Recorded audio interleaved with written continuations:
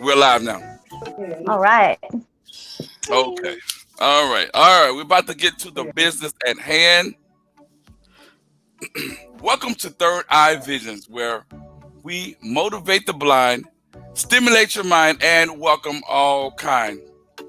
Well, I have the luxury to be joined with four lovely ladies who will be my guests for this evening, for this topic, which is applying cosmetics, makeup, things of that nature with low vision.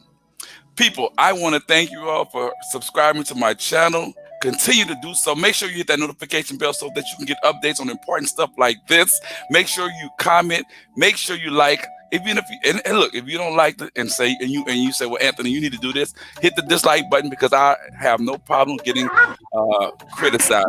So with that being said, I'm not gonna be doing too much talking because these lovely ladies they're gonna handle their business. I was prompted by a young lady by the name of Renee to put this together, and everyone is excited as well as my Facebook people. Now check this out. Now I'm gonna give y'all about maybe Facebook. I'm gonna give y'all about 10 minutes of this because y'all don't want to go to my YouTube channel, man. I can't just have y'all just checking everything out on Facebook because that ain't helping me out. So with that being said, whenever it gets that 10-minute mark, if you ain't got what you got, then you're gonna miss out. You need to check this link that I'm about to put in the comments. So with that being said, we're gonna have everybody. Well, first I want to say thank you all for coming because when I called these ladies, man, they were like, man, on point. I didn't have to run them down. I didn't have to chase them down, nothing like that. They were willing to do it, and I appreciate that. So with that, if there's anything that I can do for you all, you let me know. And I want to say, first of all, rest in peace to, I know it has nothing to do with Debo from Friday. I love him. But anyway, we're going to get back on subject. And the first person that we're going to be talking with, who's going to introduce herself, her channel, talk about what she does and whatnot, is a young lady, excuse me, from Unsightly Opinions. And if I got it wrong, you better slap me. Tamira. So with that being said, Tamira, you do your thing. And then Rafika, then Alita, and then Kimmy. So we got it going on. So relax and let's get it. And last time y'all hear from me, it's probably gonna be when it closes. So let's go. Thanks for that lovely introduction, Anthony. Yes, I'm Tamara from Unsightly Opinions. On my channel, we talk about all things fashion, beauty, blindness related, how I do things as a blind person. I also have albinism, so we explore that and the challenges that faces or that causes in my daily life. So I'm so excited to be here with these lovely ladies. I've been doing makeup for about 15 years and I never use a mirror. So I'm hoping I can learn some things too. Okay, well, talk a little bit more about your channel. We gonna relax and yeah, talk a little bit. What's your favorite show that you had done on your channel, which is called Unsightly Opinions? Go ahead. I think most recently there were two videos that I did that I just absolutely loved. I had my boyfriend, who's never touched makeup in his life, try and describe a really complicated cut crease look to me. It turned out absolutely horrific, but I have never laughed so hard in all my life. It was so much fun. You can go check out that on my channel. I'm wearing like bright turquoise and purple and pink, and then he picked the wrong colors, and then it looked like I had a black eye. It was a good thing. And then I really got into the Unsightly Opinions. I'm also a Twitch streamer I'm a Twitch streamer. I do gaming with my boyfriend, who I try and play mainstream games over there as well. And it's quite the challenge because he has to describe things and I have to solve puzzles and figure out how to play all kinds of different games just by sound and what he describes to me.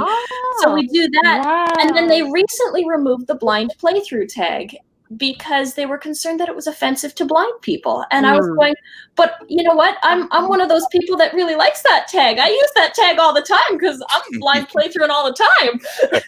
So anyways, I shared my Unsightly Opinions on that one. And that was a lot of fun. Anyways, I'll pass it off to Renee. Okay, my name is Renee. I go by Rafika. That is my first name, but Renee is also fine. I do not have an active YouTube channel because I have no excuse. Okay, but I do have a company called Blowing Smoke Entertainment. The original concept was to provide individuals with smoked foods and karaoke, because those are two things I absolutely love doing. But since the pandemic, the karaoke concept has kind of been put to the back burner. but I do produce smoked foods and recipes that are made with my smoked meats. Like, for instance, if I was to smoke a chicken and you have leftovers, you can make something like a smoked chicken enchilada casserole, which is very popular amongst my customers, chicken salad, just different things. Take your leftover ribs and make some sandwiches. All right. Yes. Just different stuff. Now, I do have a Facebook business page called Blowing Smoke Entertainment. So if any of you have time, you can go and like my page. I do load content from time to time, videos of me cooking. Um, Sometimes I try to show ways that you can do things as a visually impaired person, like using your ears and your nose. Using listening and smelling to tell when your food is done. This is a very challenging thing for me to even talk about because of, I don't know, all the stigmas sometimes that are associated with that and food. But I'm getting a lot better at that with kind of explaining things, because it's very important for people to understand that we could just do whatever the heck we want. We just have to do it in a different way. That's all. Absolutely. That's it. That's right. Yeah. So that's my spiel on that. So y'all Awesome. check me out That's on my great. page, and whenever I post a Absolutely. video, just like it, share. So Okay. it's getting there. I enjoy Yeah. what I do. Okay. Hmm. Absolutely. All Alita? right. Does Hi, that- I'm Alita from Alita's Humble Life. Rafika, you have an amazing voice. I think I told you that before when thank I first was on a video with you, but your voice is amazing. I don't know. you. But I am Alita from Alita's Humble Life. I have a channel, and it's basically what it sounds like, my humble life. Like everything about me or anything about me. Like I told the girls, this is perfect for me because I love makeup. I love makeup. I like to do all type of videos, inspirational videos, encouraging videos, me videos, makeup videos, just talking about life videos. So it's just me. And I'm really thankful that Anthony brought me into this video today. It's really been awesome meeting you ladies. Great to see you again, Rafika. And Thank that's you. my spiel. Okay. All right. I think that leaves me. Is that Mhm. right? Yes. Okay. My name is Kimmy, and I started a channel called Blind Talk, and I did it to find support for actually myself. When I used to live in the mountains, and I moved down to the city, and that's July 4th is when I all of a sudden got a little nervous, y'all. I don't usually do that. So my roommate and I started a channel, and what we found is we were going places, we're doing things, we're getting by, we're managing well, and people are saying you're so inspiring. Sometimes people think that we're a couple. Sometimes they think I'm the caregiver or he's the caregiver. So we were like, we were very it made us feel good. So we started a channel, and it's called Blind Talk. It's all subjects regarding blindness. It's about my life, losing my sight. I also have chronic conditions. So if it's not my eyesight that's bothering me, there's something else that's going on. And I just talk about how to get through that, how I get through it, because I didn't know anybody else, y'all. You're the first blind ladies I've got to meet. I'm so grateful. I get to make friends. Can't wait to check out your channels. We made 23 videos to date right now. And we just keep on going. And when I have a good day and I have something on my heart, I share it. And if it can help just one person, we change the world one person at a time, right? An act of kindness, one person at a time. And so my Gmail is theblindcollective@gmail.com. And, collectively we'll support one another. And my message is you're not alone. So finding y'all knowing, I'm not alone. They're not alone. And I wanted to do a makeup video for a while. And so when he approached me, this is just amazing. It's going to be a lot of fun. And, on my videos on my YouTube channel, I take the first take, y'all. So you're going to see bloopers that aren't cut out. Maybe a couple videos that are too long. And it is straight up our first cut. It's always the way we do it. So I'm starting to get a little more relaxed now. So I'm ready. And I'm ready to do this. Yeah. So join me on Blind Talk. I have a blog page on Facebook and a YouTube channel, Blind Talk, with Kimmy and Alan. Okay, cool. So now you have met the ladies, and today we will be talking about cosmetics, makeup, things of that nature. So, as I mentioned at the top of the hour, Renee was the individual who brought this to my attention, as well as other individuals on Facebook who want to know how blind people do makeup. And there may be other individuals who are visually impaired who want to find out alternative ways that they can do it. Some people may have, a problem with getting the colors straight and things of that nature. So with that being said, they're going to talk about it. So Renee, tell me briefly why you had wanted to come and discuss this particular topic. I wanted to discuss this topic because I'm very new to wearing makeup and I actually like it. It's something that I never done before because of my color blindness and because of my visual impairment, just not knowing what things are going to look like when other people are looking at me. But I did kind of swallow that and allowed someone to help me. Okay. My girlfriend took me, my girlfriend got me some products from Ulta. That was my first go at it. And she took her time and showed me how to apply some things. And when I started getting into it, I actually started liking it. But I do have some challenges. Okay. The eye makeup, I never know what color I have on my eyes because of my color blindness. I don't even know if they are, you know how you hear people say, your nudes and your brights. I don't know the difference. Okay.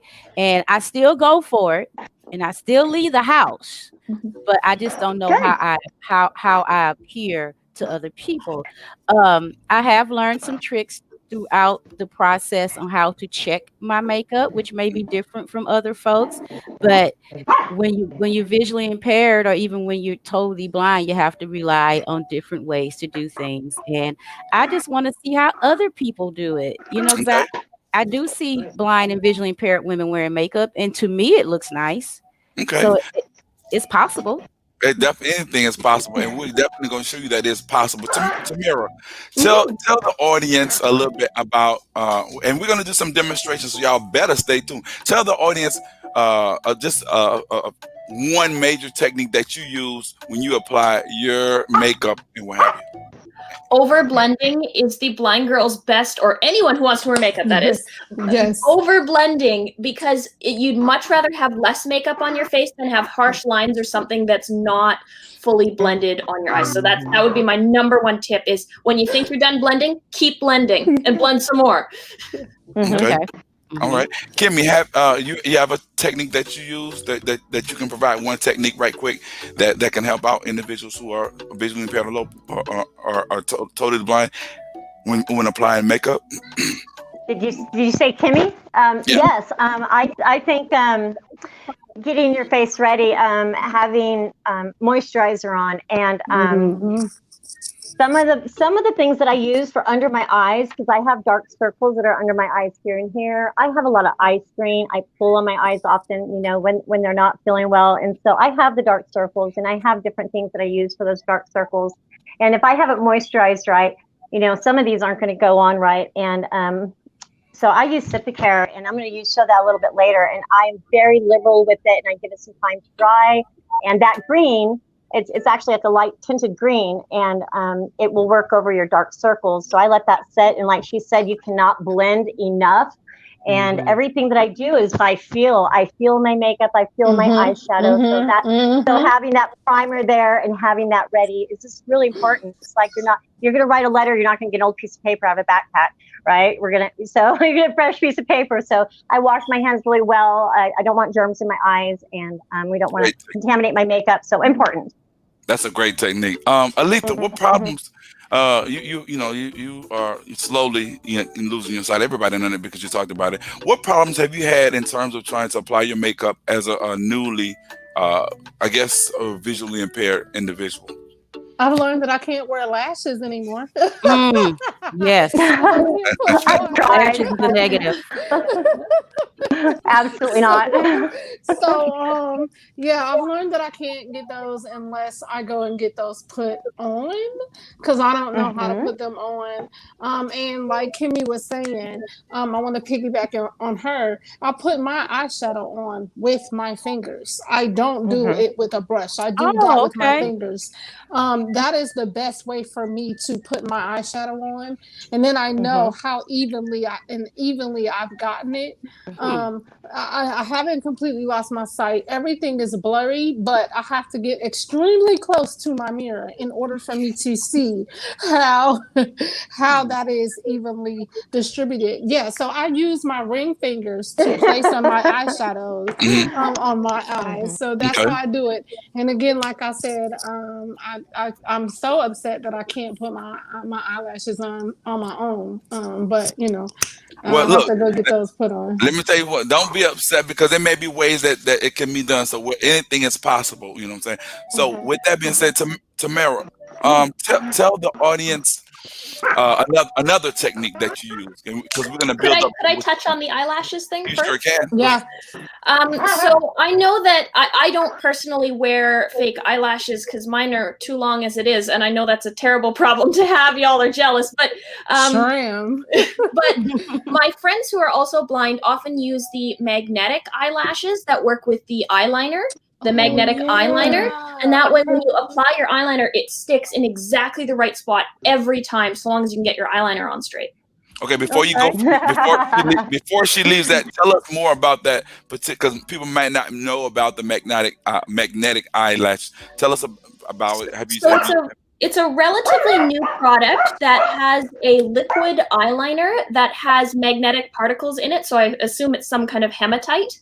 And when you paint it right along your eyelid on the top, which is where you typically put on your false eyelashes, and you take your false eyelashes, it has little magnets on it, so it sticks right exactly along the eyelash where it's supposed to go, and you don't have to mess about with glue. You don't have to mess around with getting all up in there after you've done your eyeshadow. It's not going to mess anything up, so long as you can get your eyeliner on straight. Oh my goodness, that's cool. Okay.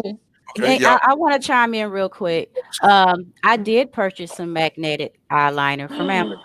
I did, because I knew that I was not going to be able to do the glue. That was just out the question. So it's really tacky. I don't know if you purchased it or tried it out. So it's really tacky.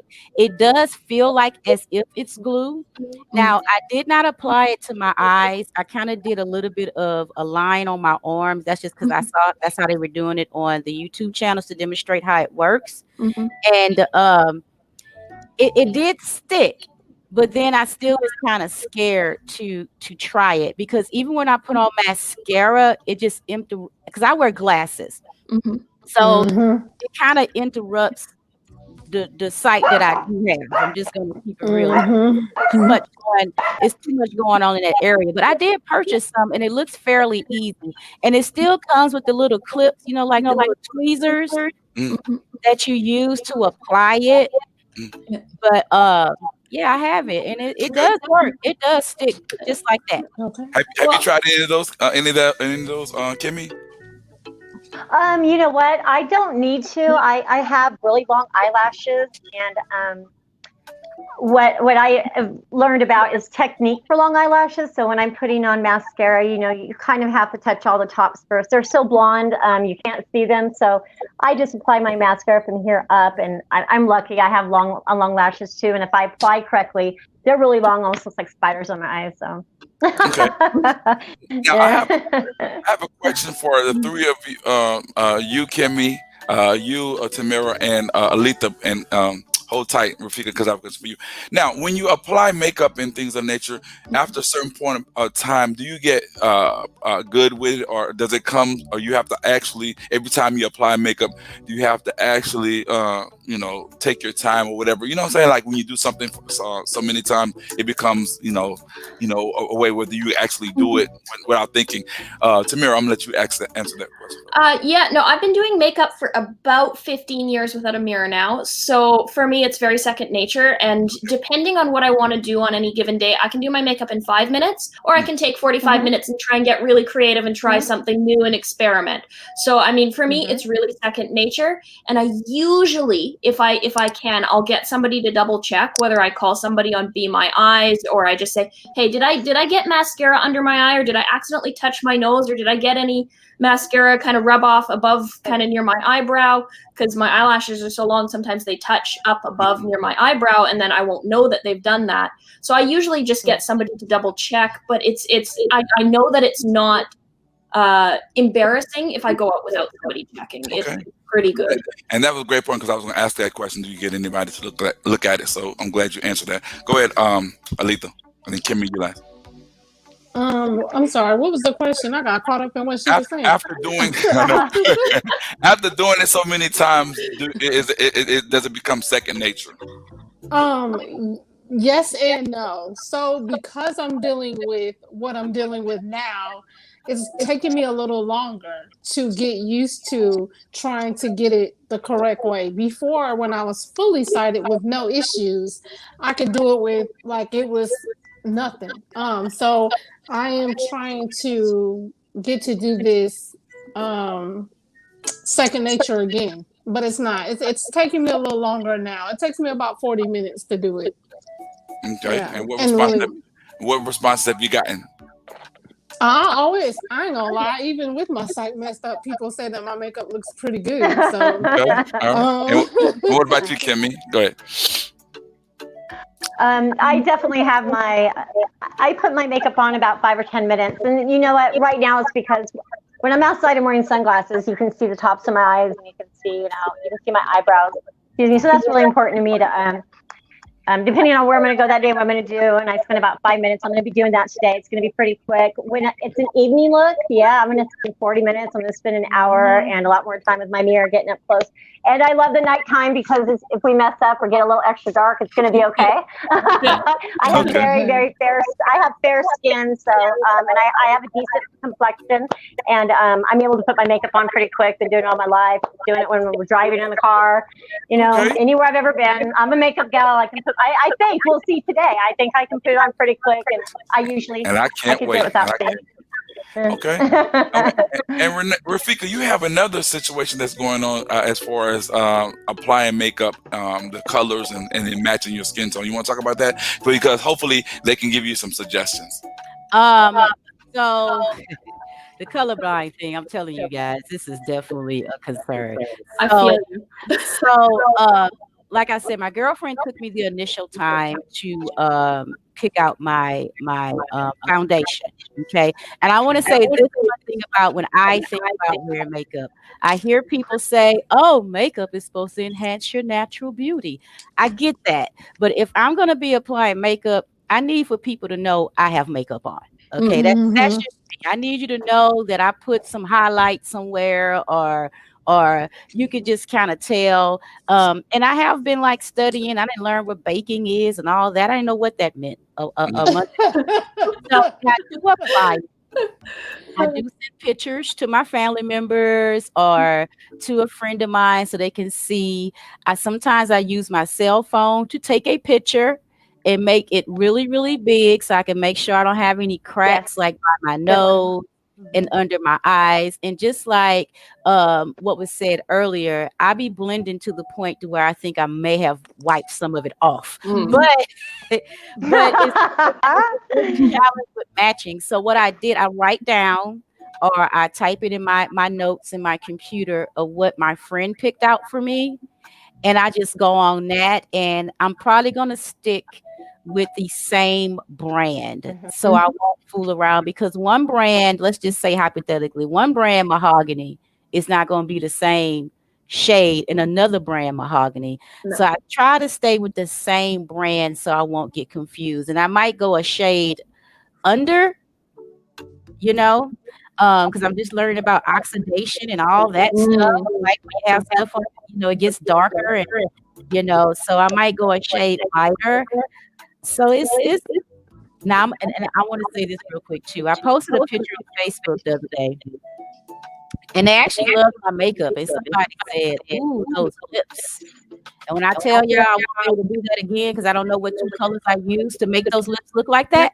I have no idea what I did. But I send pictures out. Yeah. My mother doesn't like it though. But I am going to use, I can't wait till we do our demonstrations. I do have my eyeshadow palette out, and I'm going to do the hand thing, the finger thing.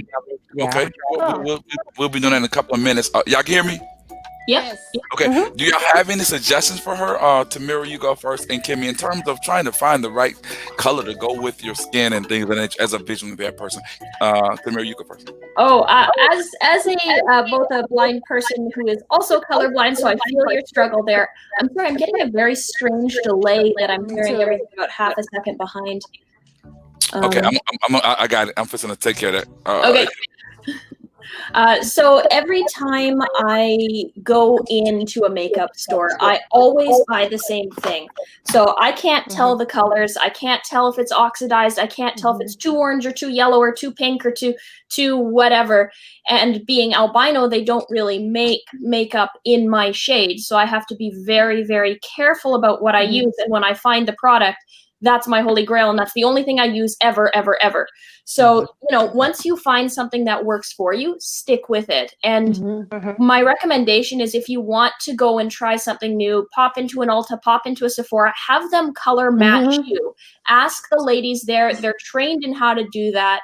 They can color match you. Go wander around the mall for half an hour, 45 minutes, do some other shopping, come back and ask them if it's still the right shade.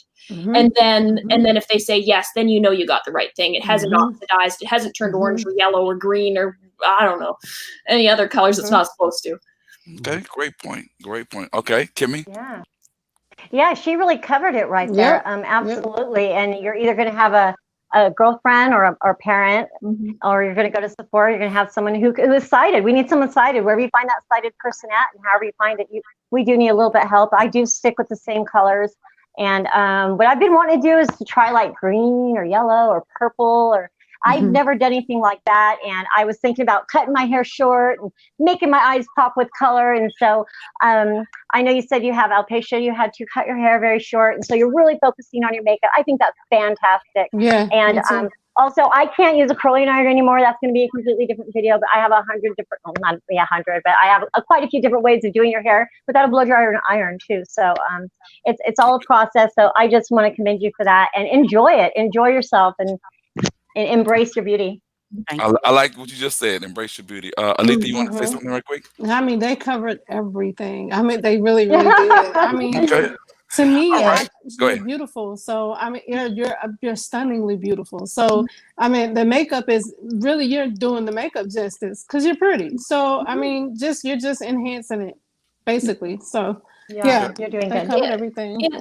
I mean, I think it's important to be just as confident without makeup as in makeup. So for me, it's just a kind of a creative outlet. I can do it if I want to feel extra kind of snazzy that day, but I don't need it. I don't need it to go out of the house. And I mean, I get comments all the time where people ask me if I'm sick or if I've got the flu, or people tell me I look half dead because I have no pigment. So and I still feel just as confident even with getting those comments, and I know they can be. I like that. I like that. Feel confident. Go ahead. Anybody else before we move on to the good stuff? Go ahead. And Renee, you have anything you want to say? No, I'm good. So with that being said, y'all, these I think three other women because Alita had put her makeup on prior to. And I can tell. I can see your eyeshadow. Okay. So with that being said, we're going to allow these individuals to give a demonstration of what they do, how they do, when they get ready to go out and into public and whatnot. I'm going to allow Tamira from from Unsightly Opinions. Y'all, excuse me. She's going to talk about what she does. She has her makeup. She's going to display and talk whatever you do, talk it through so people can know what you're doing. And then next we're going to have Alita. Then Kimmy is always going to bring up the rear because she is the oldest. So with that being said, Tamira, take over the channel and do what you do. Okay, so first things first, when I'm putting on my makeup, I use a primer because I have found the only foundation I use is full weight, which is a little bit too much for me. So putting on the primer means I don't put on quite as much because I don't want to feel like I'm wearing 10 pounds of foundation on my face. So I believe this is the Photo Finish, a Smashbox Photo Finish, and it's just the clear one. I don't use any colored primers because they will show through on my foundation. I don't know what your skin tones are, but I can't use one that's kind of tan colored. I can't use one that's green or purple or yellow, even though I want to correct some of the redness in my skin just because of my skin tone. Mm-hmm. So I put that on the back of my hand just so I can feel how much comes out. And for me, it's pretty kind of standard. And then I just use my hand and I go all over my face, everywhere. And using my hand, and I did wash my hands before I came on today, so that's always a good first step because you don't want to be rubbing oils or anything nasty all over your face. And I get it all over my face. And I know they make special kind of eyeshadow primers. I don't bother with that. I think it's all the same.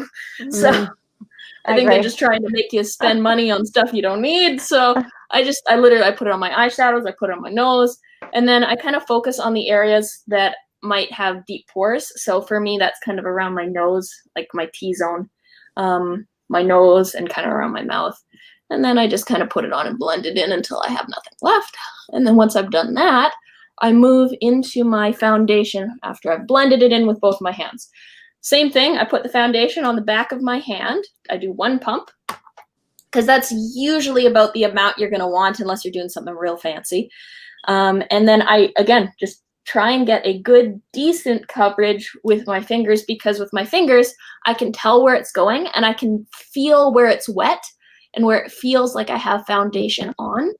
And then that way, I don't have to wonder if I've got decent coverage. And then I worry about blending afterwards. Oh, I already did that side. I'm not paying attention. So I mean, that's again why you use your hands, is you just, oh, I did that side already, I don't need to put more there. So then I work kind of in a sequence. I always do it the same way. I start around my mouth, then around my chin, then up my cheeks, and then I move on to my forehead and in between my eyes last. And then I kind of come back in the areas that I know I have either blemishes or dark circles, and then I put a little extra there just and kind of let it sit for a minute. Then I blend it out with a brush. So I always make sure, because this is something I was told I did quite badly, is I always blend under my chin, down my neck, and onto my ears, because I've been told that it's quite awful when you leave lines. So then I come in with a flat brush here, and then I just literally just kind of buff my face and just kind of go around everywhere. I get into the cracks of my nose.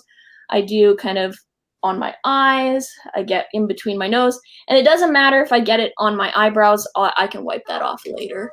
I just really want to make sure I'm getting all the way into my hairline, around my nose, onto my face. Yeah, and that should be mostly blended. And then for me, because I am albino, most people will do contour into their hairline. But if I try and put contour, it's going to look like I have an orange streak in my hair. Mm-hmm. So I do the exact opposite, and I grab white. Where is it? There it is. I'm making a mess here. I grab white eyeshadow, and I use a powder brush, which is just kind of a big, floofy brush. It doesn't really matter. I don't even know if I'm using the appropriate brush for these things. And then I just blend a little bit of white eyeshadow powder into my hair. I've never seen anybody else do this, but it keeps me from getting a kind of a streak or a line right where my hairline starts. Okay. So I don't know, most people kind of want to emphasize their hairline. I can't, just because I'm so pale. And then I come in next with contour. I use an angled brush. So it's got a little bit of a curve to it. And I come in with what I use as contour. It's not really contour. Again, it's an eyeshadow palette in gray pink, because I can't use orange or brown or red on my face because it makes me look like an Oompa Loompa, and that's not the look I'm going for. And while you're doing that, because I don't know, what is a contour brush? A contour is trying to define your bony prominences on your face. Okay. So most people try and emphasize, they do an E shape, so an E on one side, kind of following the hairline down, doing a diagonal from the top of the ear to the corner of the mouth, and then just underneath the jaw to emphasize kind of the bony areas on your face and make them kind of pop out more, make you look more, I think it's to make you look more slim in the face. I think that's why. But I don't go up into my hairline. So I just start just going from the top of my ear to the corner of my mouth, and I draw a straight line. So I start very gently, and then slowly get heavier and heavier and heavier, making sure that I go in a straight line first to draw the line, and then I go in circles to blend it out a little bit. Okay. Okay. Then I'll just quickly do the other side, same thing. Go from my top of my ear to the corner of my mouth, and I just start very light, go heavier, make sure that's so I don't get like a splotch and right where I touch my brush on my face, and then I blend it out with circles. And then I come in with blush. I'm trying to go very quickly here. No, take your time. No, You're fine. Yeah. Take your time, girl. Oh, okay. Well, and then I come in with a big blush brush. It's massive and floofy, and I just kind of tap it in the pan a few times. I had somebody check for me to determine what's going to be the best blush for my skin tone. Lots of people can use lots of different colors. For me, if I go too orange, again, I'm pulling off an Oompa Loompa, and that's not the look. So I kind of have a very pearly, dusty rose here. A lot of my colors kind of bring in pinks because I'm trying to emphasize kind of what I've got, or rather the lack of pigment I've got, without kind of overdoing it. And then I come in on my hairline and just take whatever's left on my blush brush to kind of highlight there, because that's not going to look strange having pink around your hairline. And then again, I come under my jaw with my blush brush and then blend that down my neck as well to give me some color. Now, blush. Some days I have a little more, some days I have a little less, but I use the same number of taps in the pan every time. So hopefully it's fairly consistent. Then I come in with my highlighter palette, and again, I just use my finger because I can never get the correct amount. So I just kind of rub my finger around a few times in the palette, and then I kind of feel for the top of my cheekbone, kind of halfway between my nose and the side of my face. And I just kind of move in small circular motions up my cheekbone to the corner. And then I do the same thing on the other side, just kind of feeling for the same spot. I kind of know where that spot is when I hit it now. So just do that. And then I just take a little bit more, touch the top of my nose, touch my Cupid's bow, touch a little bit on my chin, and then I just rub just a little bit above my eyebrows on either side. More to the sides than the center. Okay. Now, you mentioned a blush. A blush brush. What exactly is that? A blush brush is just a big, fluffy brush that has lots of fibers in it, so it's very fluffy. I don't know how to describe it other than it's just a giant kind of cone-shaped brush. And why would people use that? Just for applying blush on the cheeks, because of the large number of fibers, it just kind of spreads it out a lot more, I think. All right, there you go. You're trying to cover a large area. Gotcha. Okay. Then once I've done that, usually I'll come in and do my eyebrows. This is something that I struggled with for years and years and years, because everybody kept telling me I needed to color in my eyebrows. I needed to color in my eyebrows. My eyebrows didn't exist. And I'm going, but I don't want to, I want to own my identity. I am albino. I don't want to color my eyebrows blonde. I don't want to color my eyebrows red or brown or black or anything else, because I thought, people are going to assume I'm dyeing my hair, and I'm not. This is me. This is who I want to be. I'm just trying to emphasize who I am. So I came in, and when I found out that they were doing, it's back when they started doing kind of waterline and doing white eyeliner to kind of emphasize your eye shape and make your eyes look bigger. All of a sudden, I now had a product that I could use on my eyebrows without it being ridiculous. So I use a white eyeliner pencil on my eyebrows. So I just feel for the center of my eyebrow with one hand, and then I come in, and I'm not trying to do a whole lot. I'm just kind of going across from one side from the center to the outside of my eyebrow. And I'm just kind of using short motions, kind of like your hairs of your eyebrow, and just following along from center to the outside, focusing more on the center because that's where you want more of the color, and then kind of trailing off towards the outside. And I'm doing the other side. And I know if you're trying to do colored eyebrows, you have to be a lot more kind of specific than I'm being, which is why I love this. Because it's just I just have white eyeshadow, and then I come in with a spoolie, which I don't know how to describe. It's kind of like the wand for a mascara brush. And then I just comb through my eyebrows from center to the outside, and that blends out the color. If I got too much in one area, it just spreads it out for me. Then, once that's done, I come in, where did it go? Aha, my eyeshadow palette. And I'll show you this. You will, if you can see it, I don't know if it's in screen. Is it on screen? Yes, yes, it is. Okay, so you'll probably notice that I use one eyeshadow palette and it's got a lot of neutral colors in it, and I have memorized this palette. So on this side is my darkest color, and on this side is my lightest color. And I use the same ones every single time. So if I want to experiment, sure, I might use another color in this palette because I know they all go together. I don't have to guess.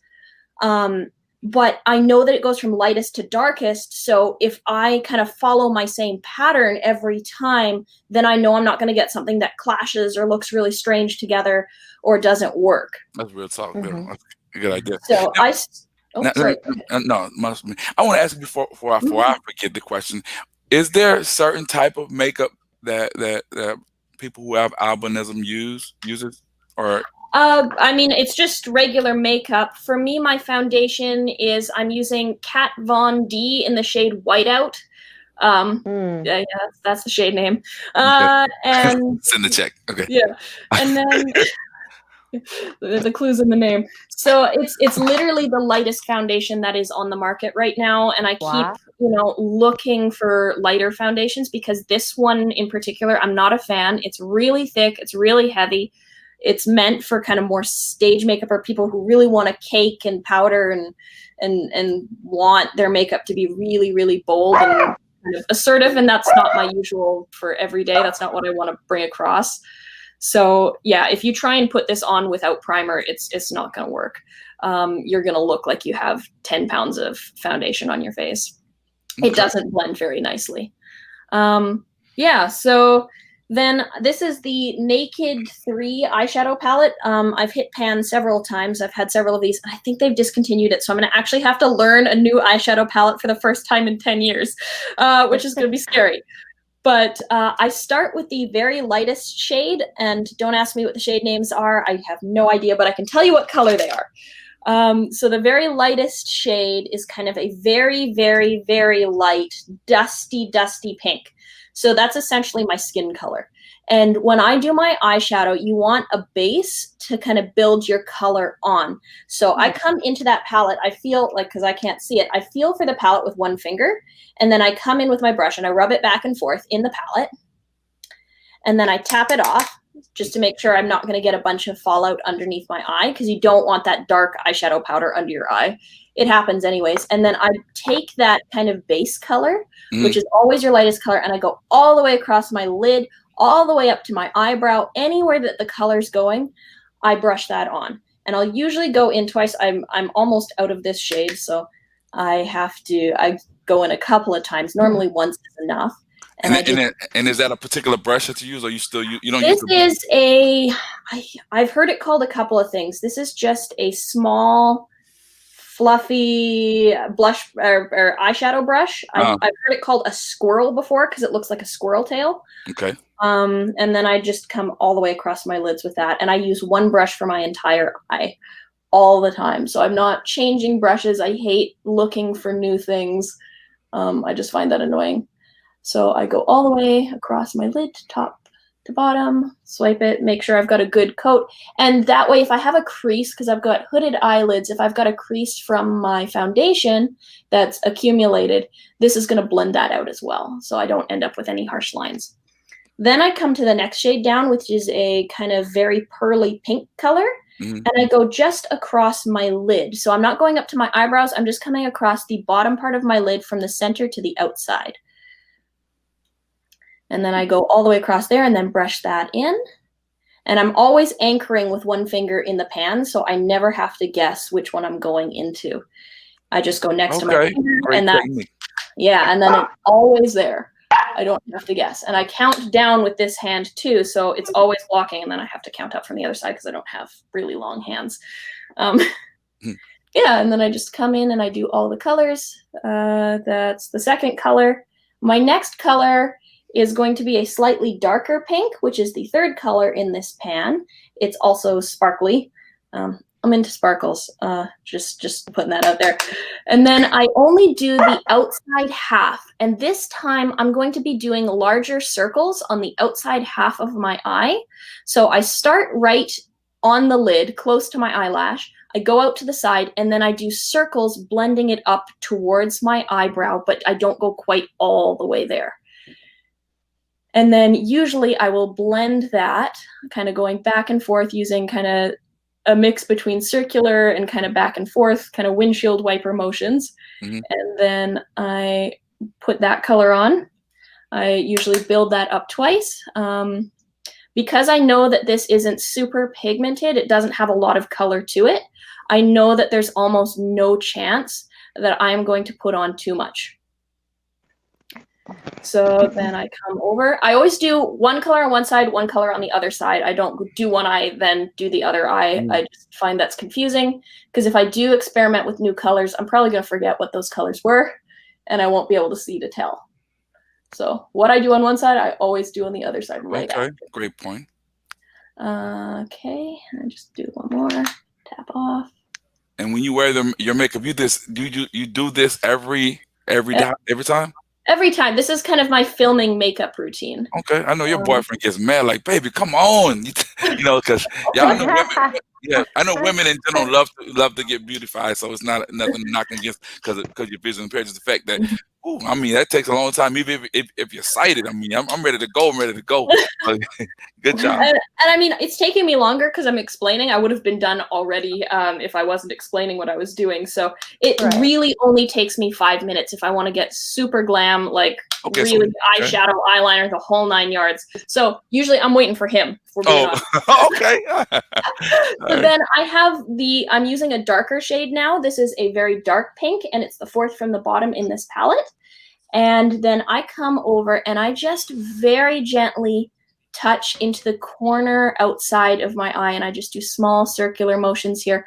So I'm building the color from lightest to darkest as I go to the outside. So it's kind of like a neutral smoky is how I've had people describe the technique. So I'm building from lightest to darkest because I'm trying to emphasize kind of the shape of my eye and make it even on both sides. And this is the easiest look that I've been able to find. Master. Okay. Yeah.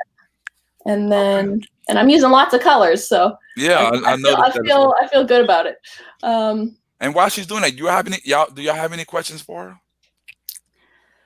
I don't have any questions, but I do want to say that, well, I'll wait till you're done. Go ahead. Go ahead and finish your presentation. All right. And then just when I'm finished, I use the back of my hand and I really blend out my brush there. And then I come in back into my eye and I go from center to outside, windshield wipering all the way across to blend out anything that I haven't blended. I flip the brush over and do the same thing on the other side. Wow. Then all I have left is I have eyeliner, mascara, and lipstick, which are probably the hardest, for being honest. So and why would you say that? Let them know. Why would you say it's the hardest? Because I find that doing a straight line, I have very shaky hands. So doing a straight line is a challenge, but I'm going to do my best to try and explain what I do. I am new to eyeliner. This is something that I've only started attempting in the last year. So for me, building up my makeup techniques, it started with, I did mascara and foundation, and that's all I did. Then it was mascara, foundation, and blush, and that's all I did for years. And then it was mascara, foundation, blush, and then I tried a little highlighter. And then it was mascara, foundation, blush, a little bit of eye look, and that was it. Then, so it built up over time in terms of the techniques that I was really comfortable in doing. And I wanted to make sure that I had kind of mastered it before I did it. So when I come in, because I don't use a mirror at all, is I just kind of feel for the base of my eyelashes, and I very gently touch. So that way, if I hit too high on my eyelash or too low, I'm not going to leave a mark. And I always aim for the center of my eye. And then once it's touched, I try and use as long as strokes as possible. And I go towards the center first. And then I trace back towards the center from the center of my eye, or sorry, the middle of my eye, not the center. And then I trace back towards the middle of my eye. And then I go out towards the outside. And then I will go back and forth a couple of times just to make sure that I have coverage on the whole thing. And I like this eyeliner pencil more than liquid because I find it easier to handle. Because it's like, I know when I do eyeliner with a wand or with liquid, I find it goes everywhere really quickly, and pencils are just easy because I can hold it really close to the tip, get close to my eye, and then. So that's a great suggestion for individuals who are totally blind. Yeah. To use a pencil. Okay. Yeah, I always hold my makeup brushes very close to the tip because the closer my hand can get to something, the easier it is for me to tell exactly where it's going, right? Great point. I see. Yeah. Okay. So that's what I do. Okay, I should have decent coverage on both eyes. Usually it would be close to this point that I would get somebody visual to check what I was doing. And mascara is a challenge. Because you will probably poke yourself in the eye at some point. It's inevitable. So I just come in, and this is just all muscle memory for me. And I will try and feel for my eyelashes, and because they're so long, they'll usually stop me before I get to my eye. And then once I've found my eyelashes with the brush, I come in close and I kind of blink it onto blink them onto my eyelashes. So do you have to keep your eyes closed when you do that? I am mostly keeping them open. So in order to find the base of my eyelashes, I have to keep them open. That ought to be hard, man. And then I blink to kind of go all the way along the length of my eyelashes. And what kind of brush do you use for that? Or do you use this is just the one that comes right on the mascara. Okay. So it's the same kind of spoolie that I use to sweep out my eyebrows. And you have to have steady hands. I just poke myself in the eye. Yeah, your hands have to be real steady for that, huh? I can imagine. Oh yeah. Usually I will anchor with my pinky to somewhere on my jaw, or I will put my elbows on a table just to kind of stabilize my hand. But here we're sitting in front of a computer and there's nothing I can stabilize on. So because I don't know how much I put on, I'll usually do kind of go back a couple of times and do that. So when I do my lower lashes, I literally find it and just sweep down a little bit. I don't find you need a lot of color on your lower lashes to emphasize them. So I just do that. And for whatever reason, even though I am fully ambidextrous, I always use my right hand for mascara. I guess it's just because that's how I was taught. That ought to be very hard to do left-handed because I'm definitely not ambidextrous. I'm right-handed, but that ought to be kind of hard. But if you're used to doing it, you can get it done. And I mean, I have to make sure I have full coverage on my eyelashes because otherwise it looks like I have salt and pepper eyelashes. So I am now basically done. Okay. And then I just decide on a lip shade. So for me, I know I am wearing a kind of maroony pink sweater, which has multiple pinks on the sleeve. And so I'm going to pick something. All of my lipsticks, I don't know if you'll be able to see on camera, but they are all Braille labeled. Okay. So I know lots of people do different things. So they'll put like puff paint dots on them if they don't read Braille. So like 1 dots are pinks, 2 dots are, purples, 3 dots are something else, or burgundies or reds or, whatever. And then I always go from lightest to darkest so you can just remember which shade is which. Great tip. And for the record, she is definitely organized because I checked out her video on wardrobes and I don't want to give it away, but I need to go check that out, man. Well, I mean, even though I'm not in my bedroom, I still have my makeup organizers in front of me. Okay. I have to. Otherwise, I lose everything. And everything has its home and it goes back in its home. All of my lipsticks, here, I'll show that as well. All of my lipsticks are organized according to color, all 3 rows. Nice. They all have Braille labels so I can keep the color straight and I have something for whatever I want to do. So if you run out of one, I'm sorry. So if you run out of one particular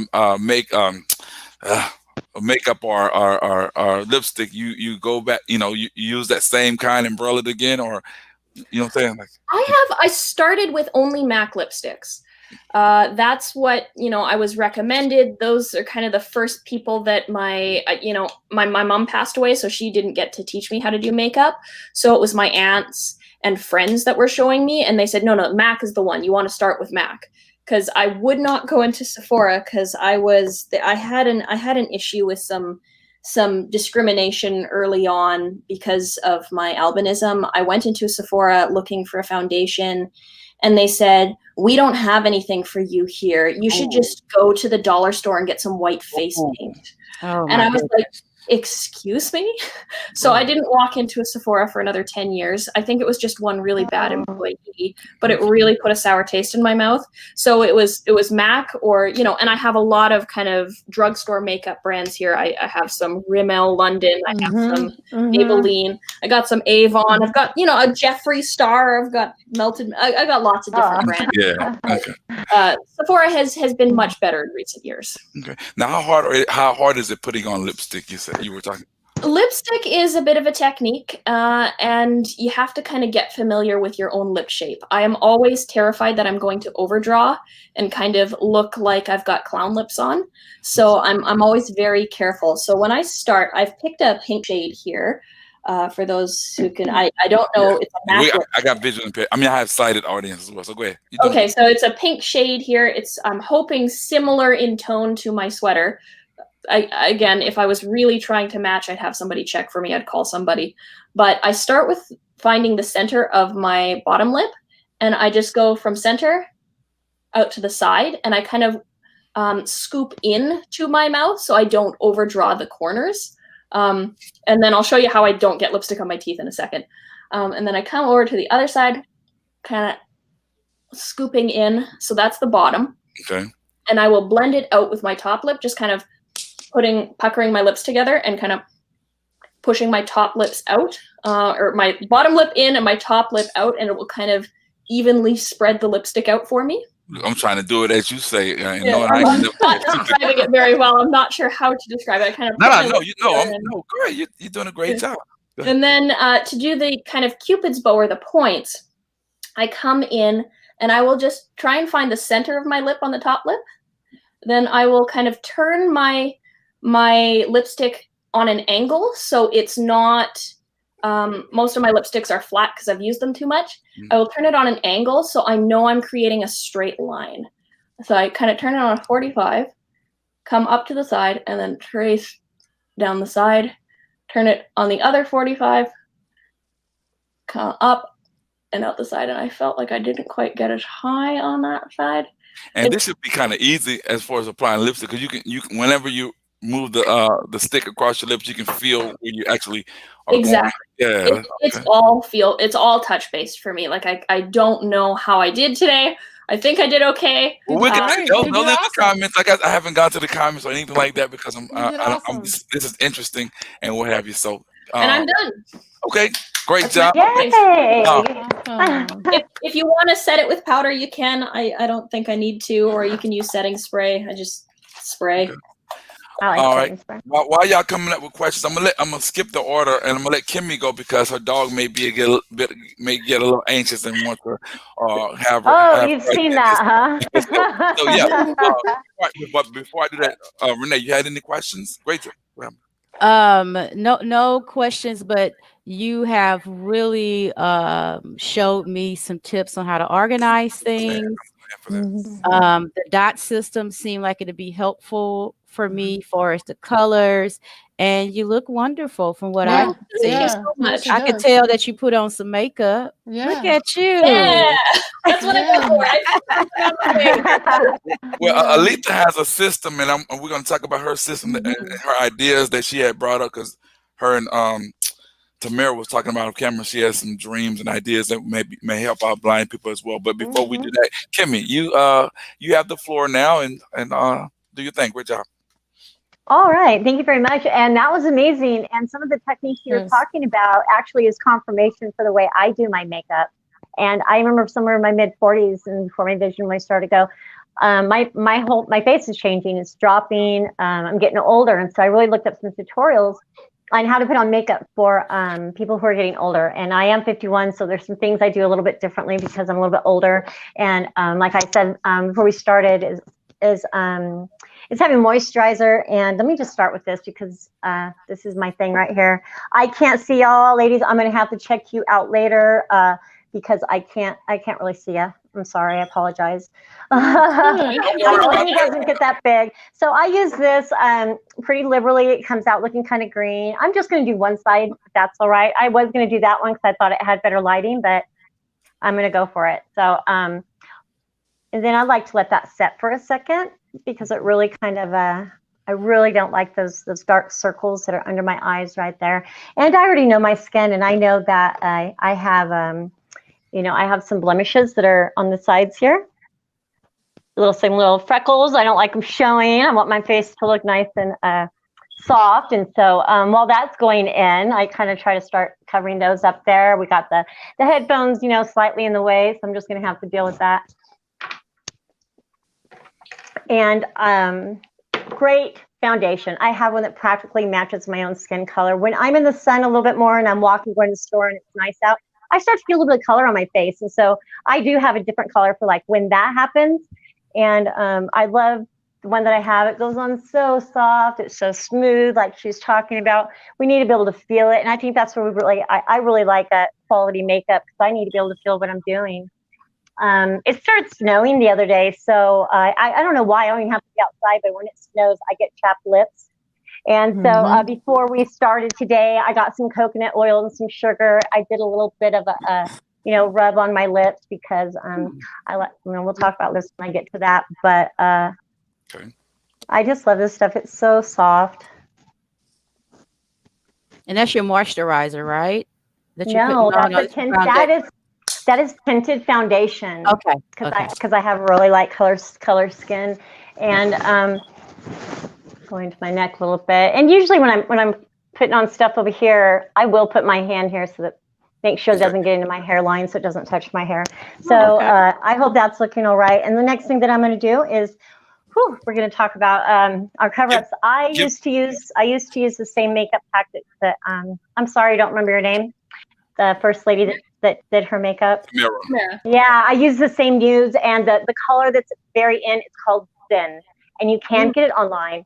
If it's the one that I used, but I really got into this matte Matchbox because it is so shiny, and I think the color even kind of shows that it's iridescent, and the iridescence that's in these colors helps me see, you know, it helps me see where I'm putting it a little bit. So I'm just going to go for it. I use my finger also.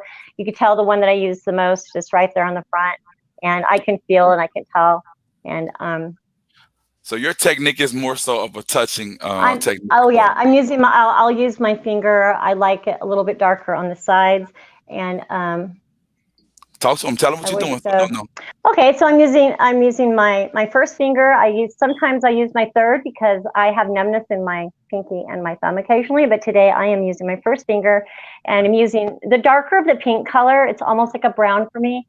I like to highlight it over on the sides. Okay. I really have no idea how I'm going to be doing. And then I have a color I like lighter, and I like to go in real close to the cracks in the corners here. And this is where I get my dark circles. And like they said, blend, blend, blend, blend, blend. And that's that. I'm still using my finger, and I like to use 3 colors also. And using colors, I used to use a little bit of matte and a little bit of Matchbox, and I just noticed that when you use the palette, they're actually meant to kind of blend together and go together. It's really a better way to go is to use the ones that are meant to blend. I'm going to try and cheat just a little bit, and I'm going to want to highlight here my eyes where I have darkness on the inside, on the outside. And how long have you been doing your makeup, Kimmy? Since I was 12 years old. And I have not been able to see very well for about 2 years. It's like she said, it does take a little bit longer when you notice how the first one that I put on, how it blended in, it doesn't look green anymore. Hopefully it took away some of the dark circles in my eyes. Sometimes it's a little bit darker, and I have another one, and I'll go in just a little bit more. I have a big nose, and so I kind of like to not hide it, but accentuate it in a way that's more complimenting for me. And I'm using a pen right, what would you, ladies? like a little thin pan stick just for that extra spots where I'm wanting to bring brightness to my face. I really want my blush to stand out, and I want to look cheery and refreshed. And that's the whole idea. To me, daytime makeup is we look refreshed, and dark eyes don't look refreshing to me. I don't like the dark eyes, and so I really work hard on that right around there, right around my eyes. Still using my fingers to do that, and I haven't even got to brush yet. All right, so. And before you go there, what as far as organization, how do you keep up with your colors and where they are and things like that when you're about to apply your makeup? What's your technique like? I put my eyeshadows together first, and then I put my foundation and together next, and then last is the blush. So I pretty much separate it into 3 categories. It's in front of me and it's divided. And if I have to go on a trip, I can literally grab 4 pieces of makeup and be ready to go. Gotcha. And yeah, so I don't like having a lot of extra makeup. I don't, carry a lot of stuff in my backpack. My bag, I usually end up using a backpack, y'all. I don't know if you guys do. But so anyways, totally without a mirror, without sight today. So let me go ahead and I'm going to show you how I've been doing my eyebrows, because that is so incredibly hard. Mm-hmm. Well, I had mine were tattooed. And I can sometimes when I'm watching TV, I will feel around, and I'll just be plucking around. I'll put my finger over my eyebrow so I feel the hair. I'll go up underneath and on the outside, and especially at the very, very ends here. I want my eyebrows, when I line them, I want them to go up a little bit, so it gives the look that my eyes are open. If I follow my line, my natural line pulls down. So so practicing with these, it's not not the easiest thing, not the funnest thing, but when I go in and get my toenails done, that's a really great time to just have your eyebrows done for you, because I even get little hairs down by my eyelids, and that's not fun. So you need a little help doing that. And like I said, I practice. So eyebrows, this is what I've been working on lately before we even done this. It's my same pack. I'm using the darkest one there on the end. And sometimes I just wet it a little bit and tap it. And I'm just going to feel around. Here we go. Oh, wrong eye, guys. You said you wet it? You wet the I wet it. I did. I wet it just a little bit. And the purpose for that is what? I don't want it to be super dark. So if I lightly touch the dark color with the tip and it's wet, it'll just kind of pick that up a little bit. And then it starts with defining my right here. And, I was really I was really watching her there. It's a matter of getting used to, because she puts her hand on her face and she's going for it. Mm-hmm. I'm still relying on feeling that I have and I don't wear a lot either. I'm impressed, and I can't even see just the thought of y'all doing this. I don't know. I am not gonna lie. I don't know if I could do this. I do not know this. Gosh. Okay, I don't like it to be really dark, and so because I'm blonde and I'm pale also, and so like she said, there's never enough blending. I've got 3 colors in this, and I pretty much just kind of go across them. When I'm done using them and I go to my blush, I'm using the same brush. I just wipe it off on a white rag, and I go back and forth. And then I use the same brush. I'm really comfortable. I like the least amount of items I have in front of me, and I can get my makeup on. That's going to be a better day and a better time for me. Okay. So, so under my eyes, I'm using a lighter powder color. There's 3 of them together, and I'm kind of like just going all the way around in a circle. Because like I said, the dark right there is important to me. Right here, if I happen to got any brown right here, and it's not supposed to be, blend, blend, blend. Now, do you use like she used like the blush brush and all those other items? You use that as well, or it just depends on the person? Blush brush is really important, like she said, and I also have one just like she said, and I'm going to do exactly the same thing, and I know. And what about you, Alita and Renee? Do y'all use the blush brush? I don't think I have a blush brush. I know that, I know I had told you this before, Anthony. A friend of mine on Facebook bought me a whole bunch of brushes. I mean, the kindness of her heart. And someone had to tell me what those brushes was for. But I know after seeing the last demonstration, I do not have a brush that big. But for its blending, I do the package that she gave me came with a bunch of what they call beauty blenders. Oh, those are great. And I didn't know what that was, you guys. I had to look it up on gotta go get YouTube. me I didn't know some. what that. Like, what is these spongy Q-tip looking things? Oh, I love those. Those are Okay. great. Yeah, Okay. those are great. I know what you're talking about. Okay, Yeah. Kimmy, what are you doing All right. next? All right, so I put on my blush, and next I'm going to put on my lipstick. I'm doing it just in the order that I do it. Okay. Again, one of the tutorial videos that I was watching, it said for a woman my age, we're not going to want to line our lips because the lipstick tends to go into the cracks and stuff that we have and our wrinkles.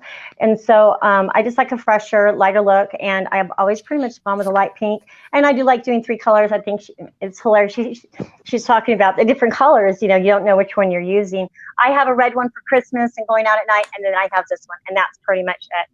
So I put my lipsticks. It's one of the last things I put on. So it's far over to my left. If I'm feeling for my makeup, I kind of know the order I'm putting things in. Yeah, and I have a question. It's no shade, and Kimmy, I want you to answer this. Yeah. Like the older a person gets, is there a certain type of makeup? I mean, lipstick that they would use as far as like colors and what have you, like or it just depends. It still depends on the skin color. You know what I'm saying? Like when you get a little old, like if you're in your 20s, you wear this color. If you're in your 50s, yeah, when I was in my 20s, I like to line my lips with different colors and make them full. And you can kind of go up above your natural lip line, and you can kind of do different looks with lipstick. You really can. But like I said, when you're getting a little bit older, that lip liner can go in. I'm sure there might be products, and I know there are primers you can put on your lips. Those primers will make those lipsticks stay on a little bit better. Gotcha. I just want to walk out the door and not be wanting to keep on asking somebody. So I like to wear my dark lipstick in the evening. And so I'm a blonde. I like pinks. I'm going to go pink. Okay. It's not a hard color. So if I go out of line, that is not even going to be a problem. I don't think that I am. Yeah. I agree with you there. If you go for like darker or brighter colors like red or burgundy, they're gonna show up as you having made mistakes if you do, whereas pink or nude or something that's more matching to your skin tone isn't gonna look as weird if you mess up. And then I like to get a shiny one. This is a flat matte. I can't find my shiny one. And putting it like kind of in the middle of my lips. Just kind of accent the color. So I have the matte on the outside, the shiny there, and then I blend it all in with a light gloss. And it was recommended in those videos also going like a little bit above your lip line. For me? I don't know what happened. Uh-oh. But using my lip gloss and not defining the little arch in your lips, the V, but moving it smoothly over it. Yeah. It's supposed to top off the look. Oh, cool. So I've got to get some mascara on. Did we lose Anthony? Do we need to wait a second? Okay. No, I can hear you. Okay, I didn't know if we lost Anthony. Okay, so mascara, fun. Just let me find it. It's the very last thing I put on. All right. Now, I may sound ignorant because I am. What is mascara? I thought makeup and mascara are the same thing. Are they interchangeable, y'all females? Answer that for me. Mascara is the liquid lacquer black stuff that you put over top of your eyelashes to define them and make them look darker. Okay. And longer. Okay. And longer, yeah. Okay. All right, here's my technique with my mascara. I love putting on mascara. I love my eyelashes. I'm grateful for my eyelashes. So there's different ways. It depends on the look. Sometimes I want it to be separated where you can see them in their length and that they're separate. And always a swooping motion going this direction and just going so slow. Okay, when you say this direction. Sorry, towards the right. So I want my eyes to look like they're swaying upwards. They, like I have a tight ponytail in my hair. My eyes are getting pulled up like this. Yeah, okay. Okay. So give me one moment, y'all. Can't really talk when I'm doing that. Does take a lot of concentration. It really does. Ho ho! Oh, sorry, I Other- was trying to cheat and look into that mirror, and I messed up. That's all right. We're live, but hey, No, hey, no, not That's, too bad. no, That's important. okay. That's important. Oh, yeah, It's no, important. totally We need okay. to talk about Of how course, you fix it yeah. when you mess up. Okay. Wait, go ahead. Say what you saying, So- Tamira? Wait, what were you saying, Tamira? Y'all. Oh, I was just saying, I think it's important, when we mess up, it's important because you will mess up. How do you fix it? Yep. That's a really important thing to know. So for me, I always have Q-tips on hand so I can go underneath my eye or above my eye, wherever I touch if it doesn't belong there. And I have makeup remover where I can take it off and try again. Makeup's not permanent. That's the most important thing. You mess up, you look like a clown. Okay, good. Take it off, try again. That's right. That's only okay. Right, and because I was talking and I'm trying to balance my hand on my chin, I did mess up a little bit, and no problem. I'll definitely show you what I'm gonna do about that. That's because of me asking all these questions, so I'm gonna be quiet. But I like this because it's interesting. Okay. No, you're supposed to ask those Yeah, questions. no, it's good. Yeah. So I don't wear eyeliner. I use my mascara to kind of show the darkness and give some definition under my eyes. Eyeliner. I don't put eyeliner under my eyes. I use my mascara. And while I was talking, I did get a little bit on my nose, and I think I might have moved some of my. So just give me a second here to do that. I'm going to use a Q-tip. And while you're doing that, Mother Your Blind Diva says she's enjoying these techniques and whatnot. Right. People are definitely enjoying this. Yeah, I'm very curious about this, even though I don't wear, but I just want to know. So if I don't know, if I don't ask, I'm never gonna know. And I'm just excited about this. I know I sound repetitious, but y'all females, do your thing. Do your thing. Get ready, Renee. You're next. Yeah, so I'm still using a Q-tip, and I'm trying to see in my other mirror. Y'all just trying to talk and put on makeup kind of got me right there. So now, I'm just going to use a little bit more of the stuff I use. Using the Q-tips, what does that do? It's going to take off whatever you got on. Go ahead. Oh, no, you can explain for me while I'm doing that. Yeah, while she's doing that, you can explain. Go ahead. Either one. So if you, for example, mascara is black. So if you have a skin tone that's lighter than jet black, you're going to need to wipe it off. Otherwise, it's going to look like you have a mark on your face. So anywhere it touches, you can usually feel where it's gone off. So, usually I'll just let it dry for a minute, remember it's there, and then I'll just come back in and kind of rotate it and kind of twirl it to make sure I get most of it off. And then again, if I felt like it was a lot, I'll get somebody to check and say, okay, did I get all of it off, or is there still a big mark on my face, or did I just smear it down my face? So for me, when I have my Q-tip, I never kind of wipe, I always twirl, because that way, if it's got color on it, the color's going away onto the Q-tip and not somewhere else on your face. All right. All right, Kimmy, where you at, baby? So I think I might have effectively put makeup on one eye. And I'm going to go ahead and kind of touch up the little things that makes me feel a little better, a little more powder, probably some more blush right here. I am fair skinned, but I like to keep a light look during the day, and it's fast, it's easy. And you know what I really like to put, I like my eyes, this is what I'd like it to be a little bit darker right here. Okay, when you say on right the outside. Here. So I'm going to put my finger, I'm using my index finger, I'm getting a darker color, and I'm going halfway on my eyelid, halfway from the middle to the outside, like the first, our first speaker was talking about. Yes. I'm sorry, I'm so terrible with names. That's okay. No, that's great. I am. Okay, so hopefully, just right there at the end, that just added a little bit of color. Maybe my eyes might go pop a little. And when you say pop, what does that mean? Like stand out? Shine. Yes, For me, yes. it's going to stand out. I'm using a color that's standing out for me. And when I can see the color, it really makes me excited. Okay. And so I'll get a little bit more of my Matchbox colors.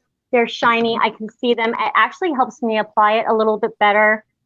And I'm going to do a little more highlighting right below my eyebrow, above all the makeup I just put on. I said a little bit. Okay. And so the look that I'm going for is I'm wanting my eyes to look open and to look brighter. And I think I'm finished, y'all. Okay. Looks good. good. Good. Yes. I might keep putting makeup on the other eye while you guys are talking, so I'm asking. Renee, okay, Rafika, you got the floor. Tell us your technique and what what you do when you want to feel. Being that I got on here to learn, the only thing that I can show you guys is how I put on my foundation. Okay. Okay. Now I want to say to the two ladies that I am going to use the finger method for the for the eyes, because that's where my problem lies. And also Tamara, correct? Correct. Okay. This, when you were doing your eyeshadow, you gave me a really good tip on trying to hold the palette in a way where you can know what last color you have used, because I know I have had times where I put on an application and I forget, and then I may have two bases on my eyes. That was a nice. Yeah. My glasses off. Okay. Oh, I was so impressed how you did that. I actually do more hands-on, and I'm touching my eyes, my face, and feeling it. That was really, that was hands amazing. are always a good place to start. Yeah. Always. You know. And I have my primer. I do use primer. I'm not sure of what, I probably put a little too much on my back of my hand, but let me take some of that off. And when you speak of primer, what does that mean? What is a Primer primer? is what goes on your skin before you put on foundation to kind of fill your pores or even out your color, or do allow for the makeup to go on a little more smoothly. Okay. A general tip that I heard from several makeup artists, so I imagine it's fairly consistent depending on brand, is about a pea-sized amount of primer is all you need for your face. Yeah, and I had way more pea size on my hand just now, so I had now I'm not really good with these brands and things like Tamara was talking about, what kind of primer she's using, but I did learn from you also today that I can put this primer on my eyebrows, because I was wondering what all these folks were putting on their eyebrows to make them look so dramatic. Okay. Your eyelids. Yeah. Yeah, so I'm just gonna put my face primer on my eyelids. Yeah. So this foundation that I'm about to use, this is something that I picked up on my own outside of what my friend picked out for me, because I went to the store for something else and the lady at beauty supply talked me into buying this. I don't even know. I do not know what color this is. And I'm going to use, this is the wrong brush. My beauty blender, your beauty blender needs to be damp when you apply it, or it'll end up all on the beauty blender. Correct. And my beauty blender is not wet, I'm going to just use a brush, and it's just think about waxing a floor. That's how I like to think of it. You know how the waxing, when you see someone waxing a floor and they kind of just going in this circular motion, and I'm doing that all over my face. Now, this particular foundation I'm using may be a little light for me, but for some reason, I like it because it has a little shine to it. And it looks good already. Yeah, thank you, honey. Thank you. Because that matte stuff, it kind of make you look cracky. And I want to look like, okay, she spent a little time on that. Now, Renee, are you albino as well? No, I have a dark skin tone. And it's kind of interesting you say that. I'm not albino for its pigment, but I have the same eye condition most people have who have albinism. You have ocular albinism? I know I have nystagmus. I always say my eye condition wrong. I need to be more educated on that, because my doctor get on me about that all the time. I have an extreme astigmatism. So when you're looking at my eyes, they are steady moving. And people tend to call it. It's nystagmus or something with an N. I don't know. Nystagmus. You have a nystagmus. That's it. Aha.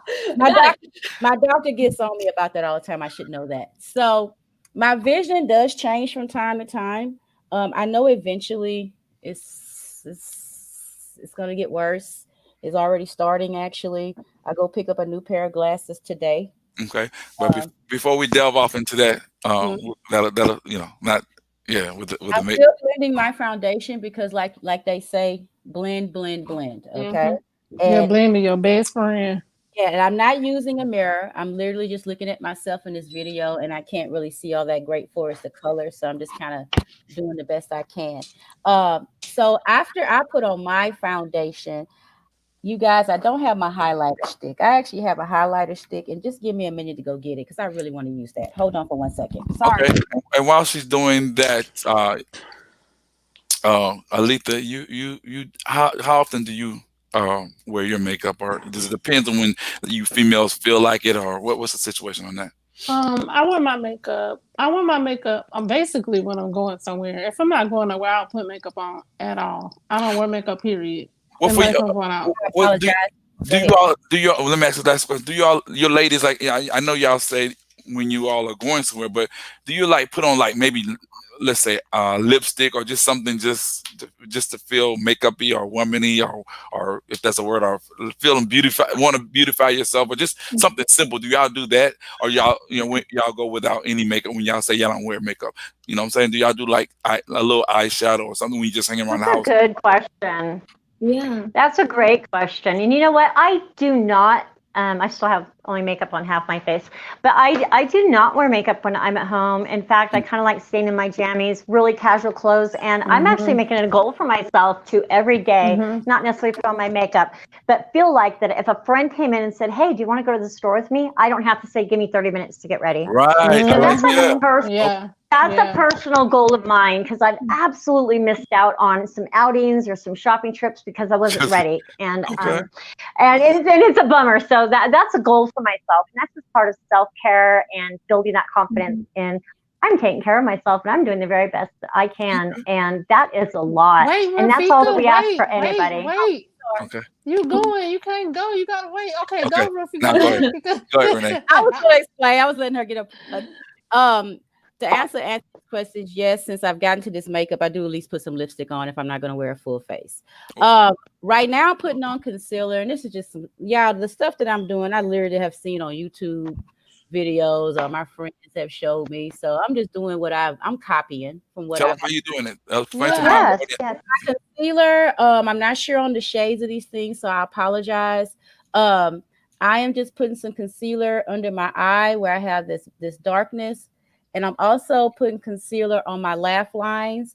And what this does, it kind of evens all that out, so you won't look like you're cracking. You do kind of look even. Kind of gives you a glow also as well.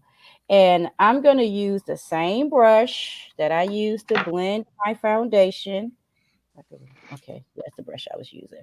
And I'm just gonna kind of blend that in. Now I do prefer my beauty blender because I can use it better. The brush kind of like, I know I'm using a circle of motion when I do it, but I do prefer the beauty blender, but it's just not damp, and it's not gonna serve a purpose when it's not damp. It's just My phone is going to die, so I'm gonna probably have to go. Okay. Let me wait. Let me stop right here. Alita, how many minutes you have left? Because I want you to tell. I got 10% on my Okay, phone right now. you got time. You got while you're doing that, Renee. Mhm. Alita, tell the people what you have in mind that you want to try to put together as far as your future endeavors into the makeup business, right quick. So, about probably I've been like researching and looking over it for about 3 months now. I am wanting to start a makeup line for visually impaired women. I am looking into eyeshadows, looking into lipsticks and lip glosses. Also a little bit of concealers. I have been looking into that. Trying to find vendors. I want to be able to let me show you what this eyeshadow palette looks like.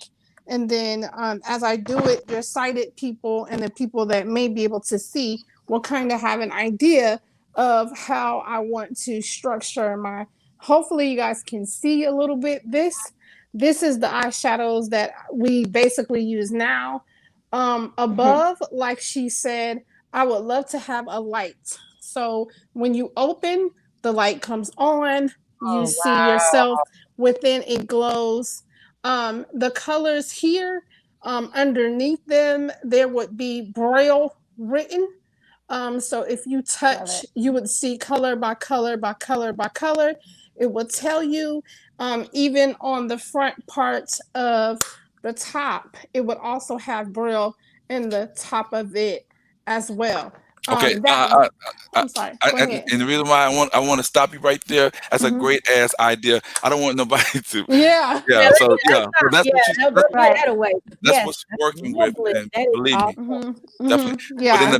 But in the meantime, I love this girl. I'm not trying to cut her off, but I want y'all to check out Alita's Humble Life. Y'all definitely go check her out, man, for real, as well as all these other individuals. And I know she has to go because her battery is going down. But if you have, Yes, you guys, thank you so much. I've had so much fun. Go and check out my channel at Alita's Humble Life, and you guys start looking for that. Please make sure, Anthony, if you can give them my information, let them know, because I would love to link up with everybody and get some feedback from you guys about some things that I am going to be doing, and some feedback from you guys on what you guys would love to have, and I can take it straight from our community and take it to me learning on how to do this brand. And I love you guys so much. Thanks for coming on. Thank you. All right. Great All right. meeting you. All right. Renee, go ahead. Go ahead. Okay, so what I'm gonna be doing now, I got the foundation on, and I'm gonna. This is my first time not using a mirror, so you have inspired me, Tamara. I've never not. Although I can't really see all the way when I'm in the mirror, it's just the concept of having one in front of you. Okay. All right. It is. It is.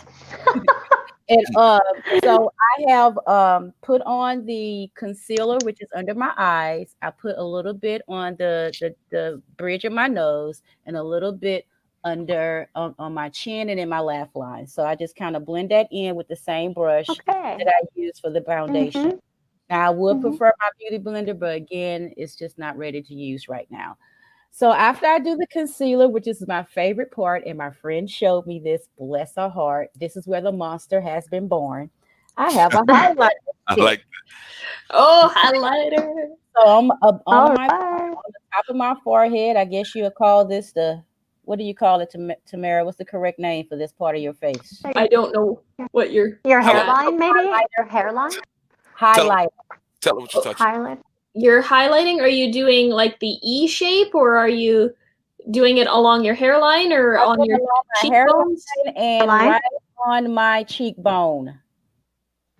Okay. Going like down, and then on the side, and then on my cheekbone, and then I take my fourth finger. You're doing great. And I tap it out. Okay, I don't really, I blend it again once I'm done with my total face, but I kind of tap it out a little bit, and it kind of supposed to give you kind of a glow. Nice. And your technique, Renee, is more so, but what is your technique, or what technique that can you tell these individuals who are visually impaired that you use that can help them as well? So what do you use? Well, I would be very careful if you're, I can only speak from my current situation. Just don't overdo it. Like sometimes when we're not seeing what we're doing, we kind of tend to do it 1 time, 2 times, 3 times, just to make sure it's happening. But trust the product that you're using. And if you do 1 tap, trust me, the color has been placed on your face. Just keep going in, like she said, shape, okay? And just keep going, and then tap it out and go around those same lines. And like I did like the concept of using your hand, because I'm going to try that now actually. Using your hand to kind of know where to stop at and where to go, use it as a guide. You have to do things differently. And I would blend this out again when I'm done with my whole face. Now, my eyes take a long time, so I'm not going to do that right now, because that's the part I needed help in. And I want to thank you, ladies, for showing me how to do that with my fingers, which I am going to try later on today. Okay. And I wanted to share this with Lisa, because I had grabbed it when I went to get the highlighter. I do have my magnetic eyelashes here. Okay, that I purchased. Something is happening with the video. It went somewhere. Okay, wait. Hold tight. Okay, hold tight.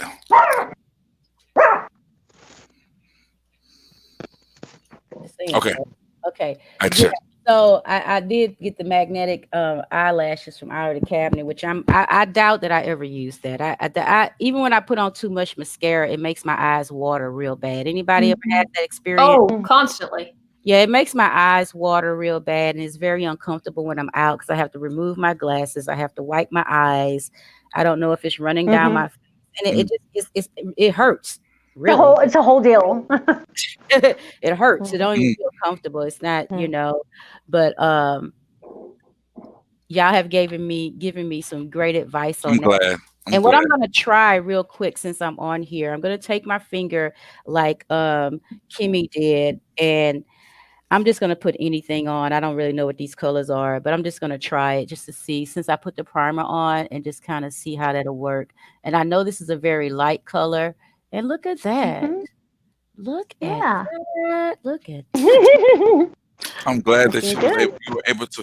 So while you're doing that and demonstrating, as we come to a conclusion, were you able to you say you were able to pick up some techniques and things of that nature. So was this video helpful for you, Renee? This video was very helpful, and Tamara, you keep doing what you're doing with your beauty tips, and I'm gonna check out your YouTube. Oh, thank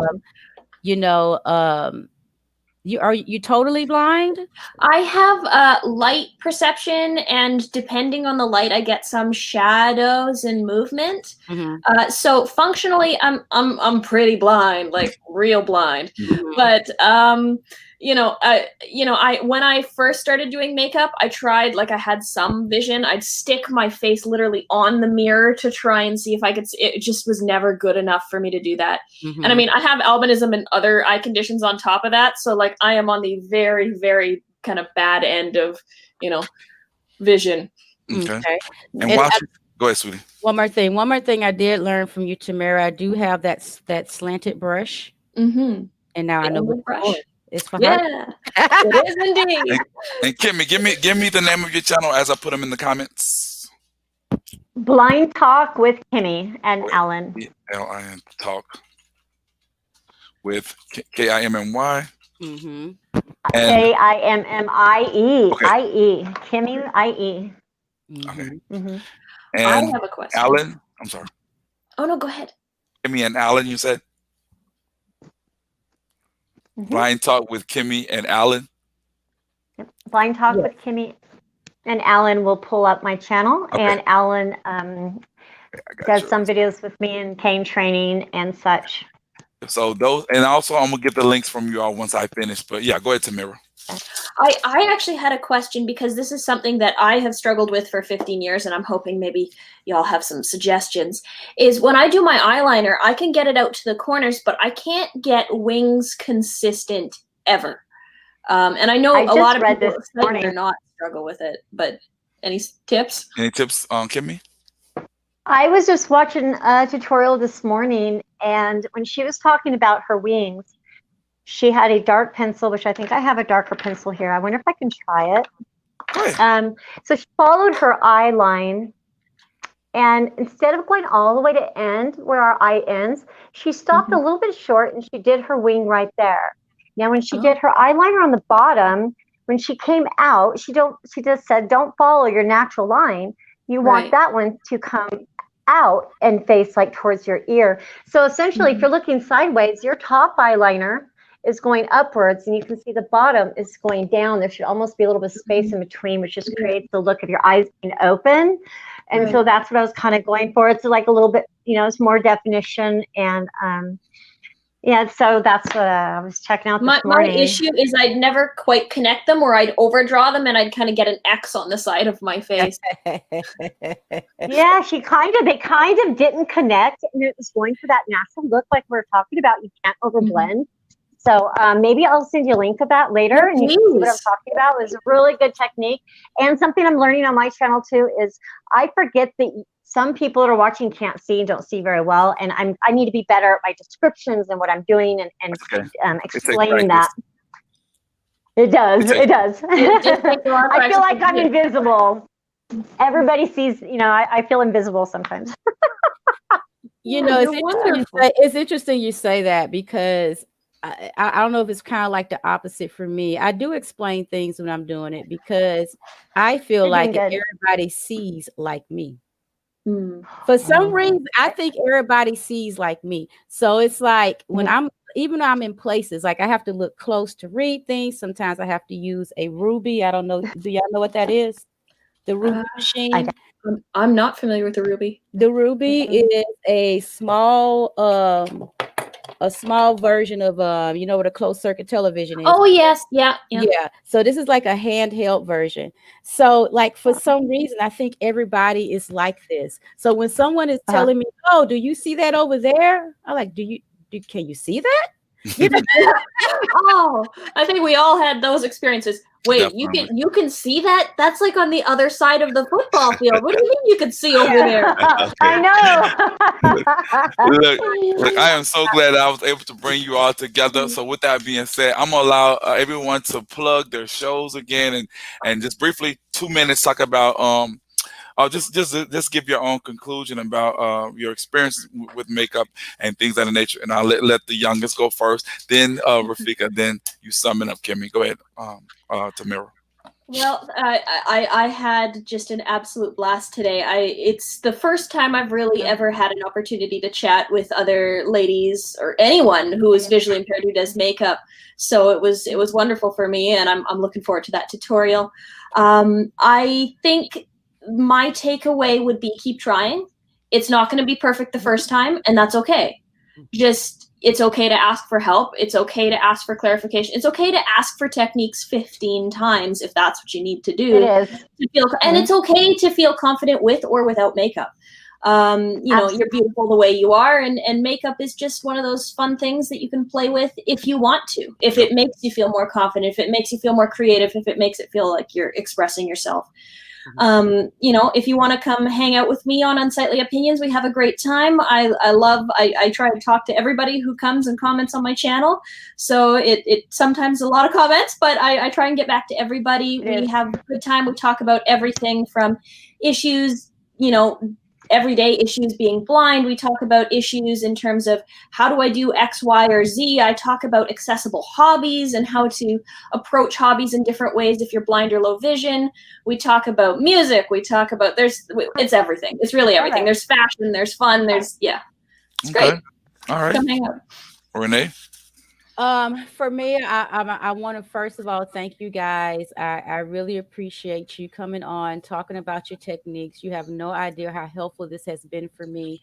Again, this is a new journey since I cut my hair. I had dreadlocks for 20 years, and once I cut my hair, I was able to see my whole face. I was like, we got to do something. Okay, so you were very great in your presentation. Your application was just wonderful and just effortless. And Kimmy, your eye presentation really is going to be helpful for me because I think I'm gonna be more comfortable with my fingers. So I want to make sure I can poke myself with the brush because I've been doing that as well. And learning how to organize the makeup has been great for me. Far as what I do, I am blowing smoke entertainment. I like to smoke meat. I'm very good at it. Thank God for this talent. And if y'all want to visit my page, it is Blowing Smoke Entertainment. Even you just like it, that'll be good. That'll be a great help for me. I will try to load. I do try to load content from time to time, but I'm honest and say I'm just not really that consistent. I do have a day job, and Monday through Friday, I work in the mental health field, and that's also been a blessing for me to do what I'm able to do every day. But just thank you, Anthony, for this opportunity. No problem. You're great at what you do. Thank you. you. And Thank you. Blowing Smoke Entertainment. Okay. All right. Kimmy. Nice to meet you. So my channel Blind Talk, for example, one of my favorite videos, you asked somebody what was one of the favorite videos you did. I probably have two. One of them is, can a Chihuahua be a guide dog? And so my Chihuahua is 10 years old. His name is Eddie. And my roommate, Alan, he had a golden retriever at the time. which of course is in training and was going to be his guide dog. And when I step outside to walk my dog and the sun hits me in the face, I often have to rely on him I hold his leash. We know each other. It's been 10 years. And I can get around where I need to and I could avoid the light. So we had a friend who was sighted who recorded, and I'm walking down the sidewalk and I told him, I said, only if it looks like I could fall and injure myself, I want you to intercede. Like if I'm just going to walk straight off of something, let me know. And so I have my dog and I'm walking along and I'm doing so good. And I said, right when I said, I trust him so much. Look how great he's doing. I'm like, boom, I hit a mailbox. And I'm like, oh. I've had those days. Ouch. And so I didn't cut it out. I'm just like, well, maybe I don't trust him around mailboxes, but he's getting me down the sidewalk and around the corner safely, and with me able to close my eyes to avoid, the sunlight, because it's so dark already. And if I put dark sunglasses on to protect my eyes, then I can't almost see anything. So it's a juggling act. My vision changes day by day also. My channel is called Blind Talk. It's all subjects. I want it to be all subjects of blindness, about my journey in my life. I'm blind. I'm not a special teacher in medicine or mental health or anything. All I have is my experience to offer. And for me to just say, you're not alone. And if there's something you want to talk about, let's talk about it. Just like y'all are doing. I haven't got to do the fun things yet, like the social experiments, because we're on lockdown. We can't go places. When you're blind, got a cane, you have all this stuff on, people don't want you approaching them. Yep. They look at you like, they're scared of you. So it's not really the time to do it. And so that's a little bit what my channel's about. I want it to be fun, informative, and most of all, I don't want anyone to feel like they're alone, because I felt alone. And when one person reached out to me, it changed my life. That's what I hope I can for anybody. And I want to say something about what Kimmy said about with the mailbox situation. I like the fact that she kept it in there, because if I've checked out a lot of videos and make sure that people have edited as a blind person, or they've edited to make it seem everything so pristine, like we don't trip over, we don't fall. So I'm glad that she kept it in there to show, hey, I run into stuff, we run into stuff, but hey, we just get up, keep it going, and laugh at our own selves and make it and make it happen. I'm glad she's able to, exactly. So with that being said, ladies, I want to thank you from the bottom of my heart. If there's anything I can do for y'all let me know. I know y'all got other engagements and hang out with me, but thanks again. Thank you. This was so much wonderful. Thank you. I learned so much today. And whenever y'all want to come back, y'all let me know. And I'm gonna put the links in the description after I finish, and we're gonna make it happen. And please support everyone's channel. All right, love y'all. Y'all be cool. Love you too, Anthony. All right, bye. All right, same here. Bye, ladies. Wonderful. Bye-bye. Okay.